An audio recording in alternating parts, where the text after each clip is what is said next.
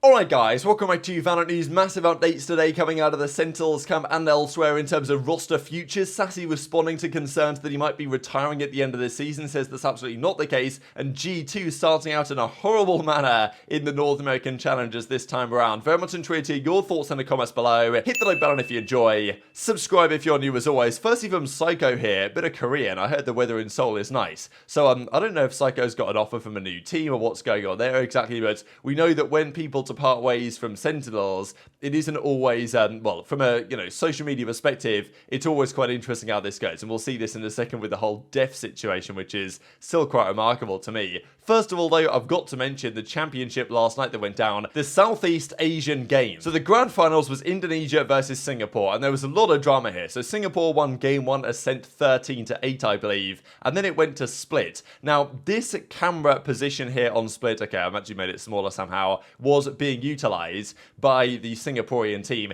The issue is, I think, fundamentally here, coming down to the rule book. The rules weren't clear on whether this constituted a minor or a major violation, how much of a big deal this was. But, okay, they used a bugged spot, and therefore everything kicked off as a result. So the Indonesian players were not happy about this, that the Singapore team was using this bug once it got found out. And this is another screenshot of that exact moment here on Split over towards the A site. So big debate on this one.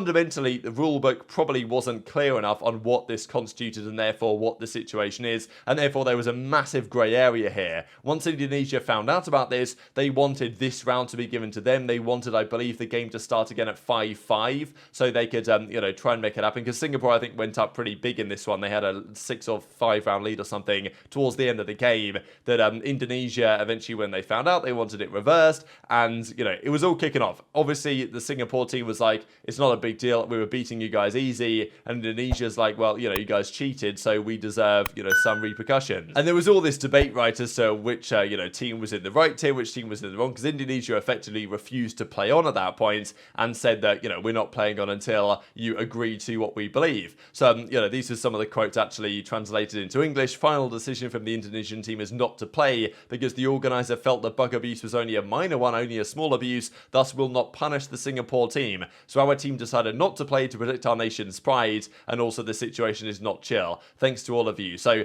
basically Indonesia refused to play on because they said, wow, this is unacceptable that they're getting away with this bug, whereas the organization say it's a small thing. Obviously, there's a debate to be had. I'm sure you guys will have your various thoughts on whether this is a big deal, whether it's not really a big deal, and whether Indonesia are only doing this just because they thought it was their only chance to win, basically. Because maybe if they felt like they could beat Singapore fair and square, maybe they would have just, gone back and replayed the round, but eventually they decided not to play. So, big debate to be had. But eventually, which is kind of hilarious, right, the organisers decided that to try and please everyone, they would give gold to both teams. So, I mean, it's an absolute mess, really. And we obviously got this perspective here from the other side. The Indonesian team had every single good deal offered to them, and they still went greedy and they wanted more. So, I mean, I don't know. Whose side do you guys fall on? Because obviously the bug abuse is bad from the Singapore side, but then maybe the response is unjustified. I mean, it's just classic Valorant drama that's caused by not particularly good organisation, I would argue. So this kind of, well, on VLR it says forfeited by Indonesia, but it turns out that despite this was actually true, they were both given the joint gold medal. So I guess congratulations to both Singapore and Indonesia for winning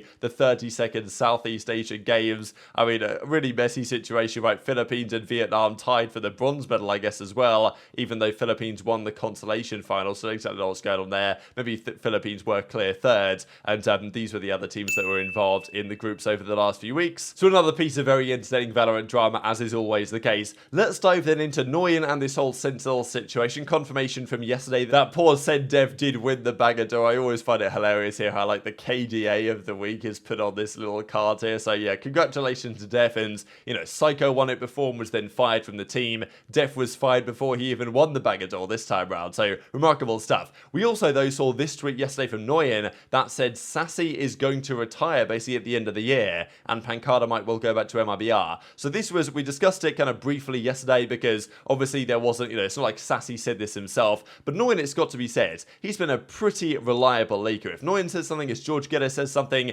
it's got, it's not guaranteed, obviously. They get things wrong, but both of these guys do have a relatively good reputation in terms of the accuracy of what they've said over the last couple of years. Noyan, especially from the Brazilian team perspective, has got a lot of things right over the last couple of seasons. Now, okay, this doesn't necessarily mean that what he said is true, absolutely, and Sacy clearly denies it, but I do wonder whether, there's probably no smoke without fire. There might be something behind this, but Sacy says, look, from his perspective, absolutely not. He's definitely not going to retire. You can relax. I'm not going to retire. I've been through worse, and, we're going to keep it moving type thing. So, obviously Sacy's saying that there's no way this is going to be happening at the end of the season. He's going to keep on going, but obviously that might not be in Sentinels, right? I said it yesterday that I would be surprised if this Brazilian project continues more than the end of the season, and until that point, they will have to make some serious changes to their performances, and they're going to try and achieve that by changing their roster. This was the way that they confirmed this team last night, and Crew gave a pretty funny response here in the replies. So we know that Dephh is gone because TenZ did the announcement video coming back in,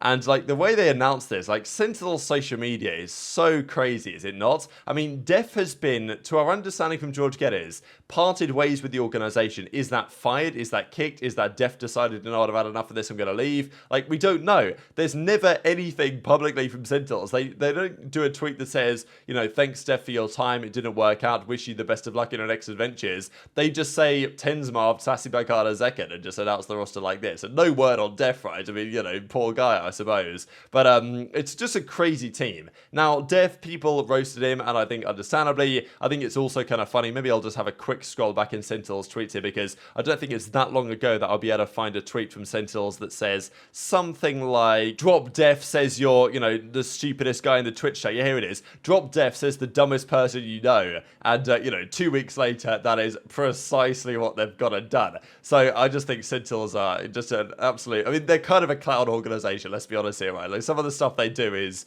just, I mean, I don't think it's fully acceptable at times, but regardless, this is what they're going to try and do to win, so this is the decision they're going to make. Fundamentally, Dephh, mechanically, might not have been the greatest player. Was he a great IGL? I think he was a good IGL. Was he great for this particular set of players? I'm not so convinced. But, the issue is, you get rid of him, you bring TenZ back in, you put maybe Sacy on the IGL, maybe Marved on the IGL. What does that mean for the team? Are they going to miss Dephh very massively indeed? I would not be surprised if they did. But in the short term against Crew, this might be the solution. Is Sacy's individual performances going to take a toll if he's IGLing? Maybe yes. And fundamentally, their chances aren't good anyway to qualify. As I've said the last few days, 7% is the number that's been going around, because they need to win both their games and then still hope that things go their way outside of that. So they're 2-5. They need to win both games against Crew and Furia, obviously, to get to 4-5. And then they need to hope to tie with Furia, MIBR, and/or 100 Thieves at a 4-5 record. If they can tie with 100 Thieves, they will advance because they hold the head-to-head over 100T. But the issue is, there probably will be multiple 4-5 teams. There could be a lot of teams at 4-5. And when there's a multi-way tiebreaker, then it comes down to like map count within those teams and all this type of stuff. So they need to ensure that they have a tiebreaker with Furia, MIBR, 100 Thieves involved in that, because if there's EG, Leviathan, NRG, they would lose to, in those tiebreakers. But if they get the tiebreaker against the teams that they beat, then they'll be fine. So, I mean, fundamentally, they've got to win, right? Focus on the winning first and see what happens after that. In a weird way, MIBR actually might have a better chance, because at least if they win both their games, they actually defeat many of the teams that they will need to get the tiebreaker against. So if they were to go 4-5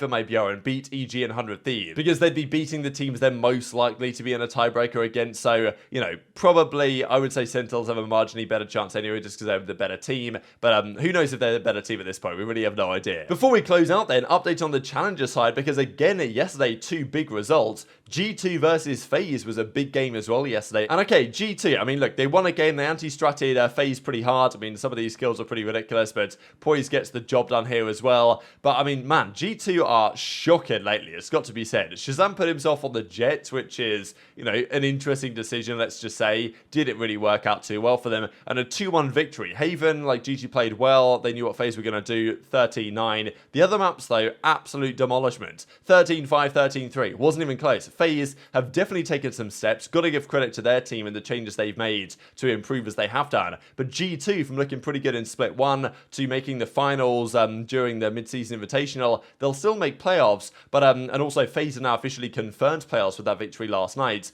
But man, they're not looking good. We'll still lose if things don't change. GG well played FaZe 1-2. 10,000 more hours, we'll still lose. So, I mean, yeah, it's remarkable how G2 have fallen off as they have done. But yeah, their chances of winning Ascension at this point must be completely in the mud, because their team, despite being very highly gassed up when they were initially formed and how good they could potentially do against the franchise teams, they're now losing to literally everyone. And FaZe are a good team, right? They're pretty solid. But I mean, yeah, this result was, especially the manner in which they lost, was pretty much unacceptable. And ShahZaM wasn't always on the jet, right? And OpTic, of course, used it most of the time, but still, he wasn't always on it. But it was babybay on the other side that really showed them how to use it to the best of their ability. So crazy series, right? This final round was a complete mess. And I mean, look, when FaZe win the second round conversion over G2, that's kind of when you know that things are going to go downhill. The other game quickly to mention was TSM Turtle Troop, and again, a massive result here from Turtle Troop. Former Squirtle squads, they are making moves, and I feel bad for these guys, the fact that they haven't been signed. And Rossi versus TSM was always pretty exciting as well. I mean, he was absolutely on fire this series. 7 did his best, but it wasn't to be. 13-4, 13-10 the other way, and then 13-7. So Turtle Troop, man, they're looking so good, and they're now 3-1 in their groups. They're leading it up, and it's still a surprise and a shame, really, that those guys, haven't been signed anywhere. But look how messy these groups are, man. It's absolute chaos over in Group A and Group B, and yeah, nice of G2 to join disguise, being completely winless to keep them company, I suppose. But very much enjoyed to hear your thoughts in the comments below. Hit the like button if you enjoyed. Subscribe if you're new. Take care, and I'll see you next time.